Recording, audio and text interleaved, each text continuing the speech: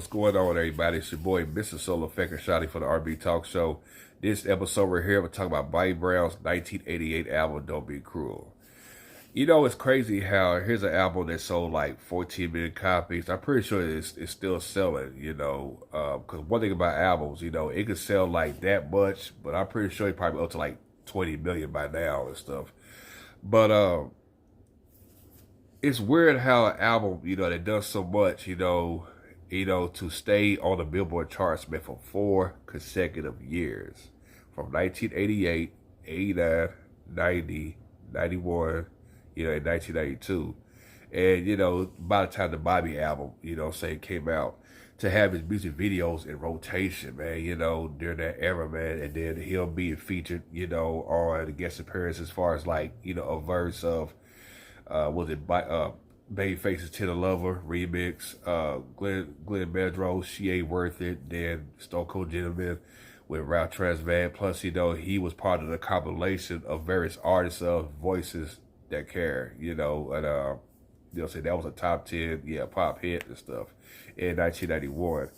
But, you know, it's funny, there's like no documentaries of Bobby Brown's Don't Be Cruel, you know, for his album, you know, to go diamond. And I'm shocked that that's never been in the conversation of it.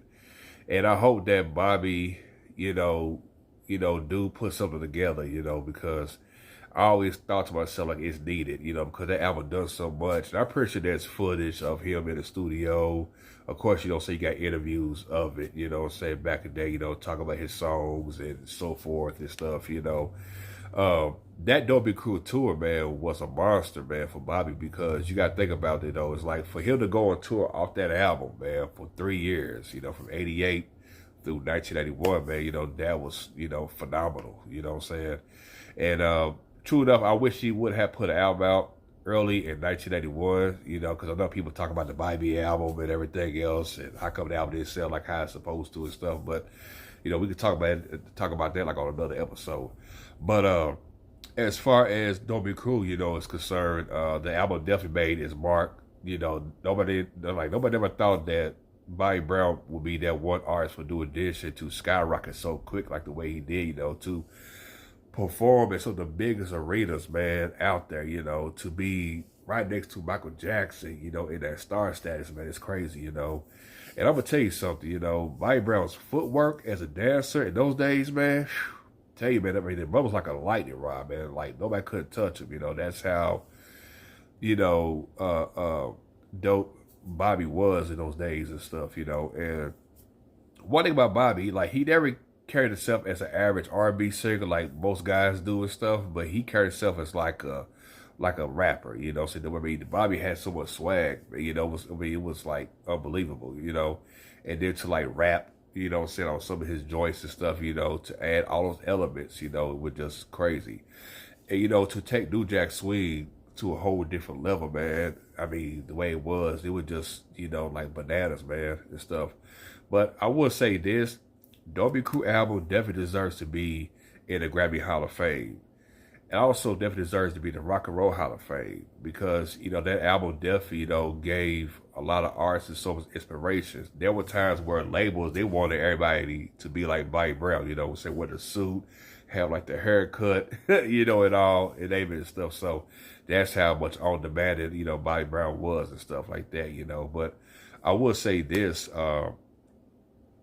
if Bobby Brown would have stayed consistent, you know, as an artist, you know, and of course, you know, we know the drugs and all those other, you know, shenanigans and stuff like that.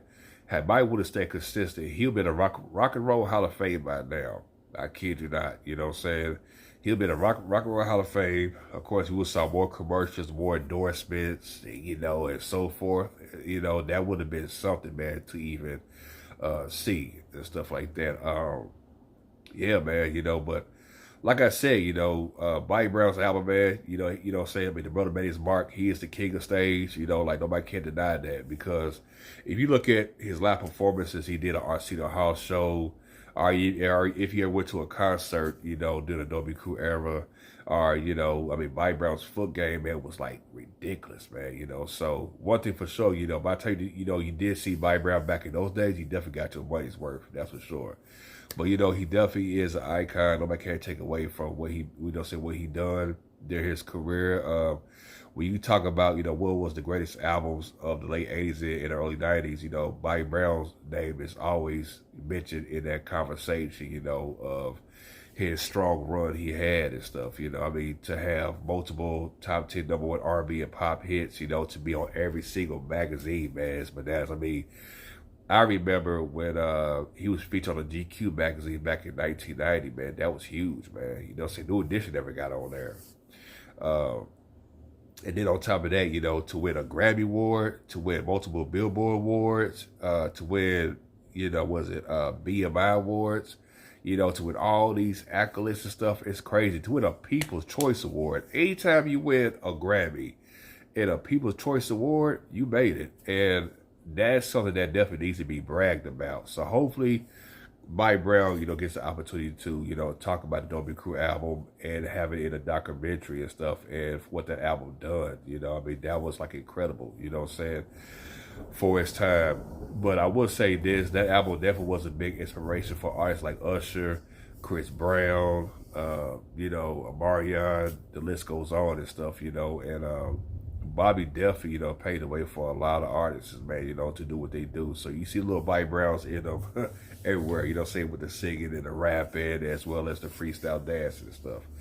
So with that being said, it's your boy Big Soul Effect Shotty for the R&B Talk Show. Make sure you guys subscribe to the R&B Talk Show. Follow me on Instagram, Facebook, and Twitter. Peace. Oh yeah, and TikTok.